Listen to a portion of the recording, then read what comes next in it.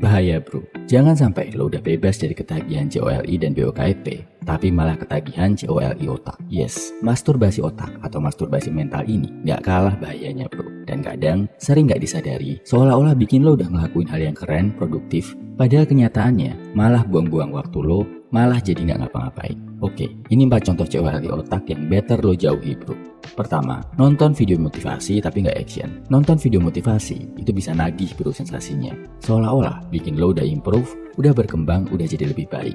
Tapi bahayanya, perasaan ketagihan motivasi ini bisa bikin lo jadi pemalas. Bikin energi dan waktu lo habis duluan karena kebanyakan motivasi. Jadinya malah nggak bisa action. Bikin lo ngerasa udah ngelakuin hal produktif. Padahal sebenarnya waktu lo cuma habis buat nonton di depan layar HP. Jangan sampai ini kejadian bro. Jangan kebanyakan nonton video motivasi, termasuk dari channel Pria 100% ini. Channel ini, video-video motivasi di sini gak bisa mengubah hidup lo jadi lebih baik. Yang bisa bikin lo jadi lebih baik adalah action nyata dari diri lo sendiri bro.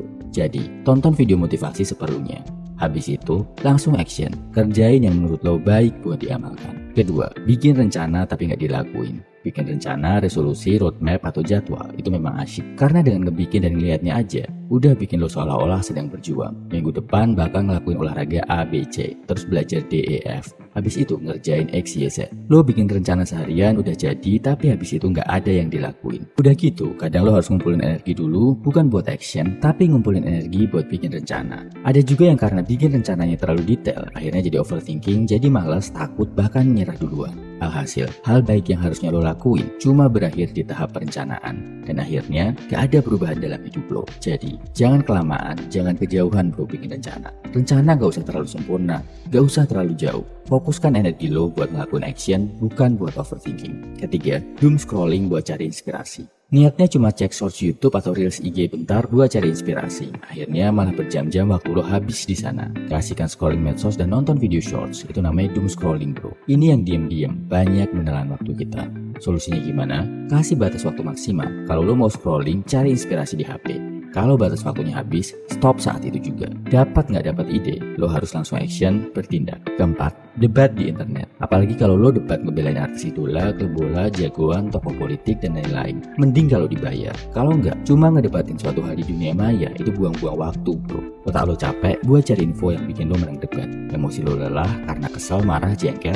Belum lagi waktu lo bakal habis. Kalaupun menang, apa hasilnya? Yang lo belain juga nggak peduli sama lo. Mending kalau debatnya di dunia nyata, di forum diskusi face to face. Lo jadi bisa melatih public speaking, kemampuan komunikasi, dan ketangkasan pikiran. Kalau cuma di dunia maya, menang debat pun lo cuma dapat kepuasan semu bro. Kelihatannya menang, padahal lo jadi pecundang karena menghabiskan waktu buat yang gak penting. Puas sih, tapi puasnya hampir sama kayak rasa puas COLI. Enak doang, tapi gak ada manfaatnya.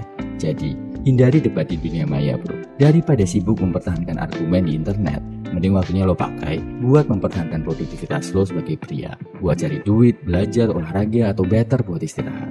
Manfaatnya lebih nyata bro. Kesimpulannya, jangan sampai lo terjebak 4 aktivitas COLI otak yang bikin lo ngerasa produktif, padahal sebenarnya gak ada efeknya buat lo. Pertama, kebanyakan nonton motivasi tanpa ada action. Kedua, kelamaan bikin rencana tanpa ada eksekusi. Ketiga, doom scrolling, ngabisin waktu buat scroll medsos dan video shorts. Keempat, debat di dunia maya. Share juga di kolom komentar bro. Aktivitas apa yang kelihatannya produktif, tapi sebenarnya cuma buang-buang waktu. Salam man, semangat bro.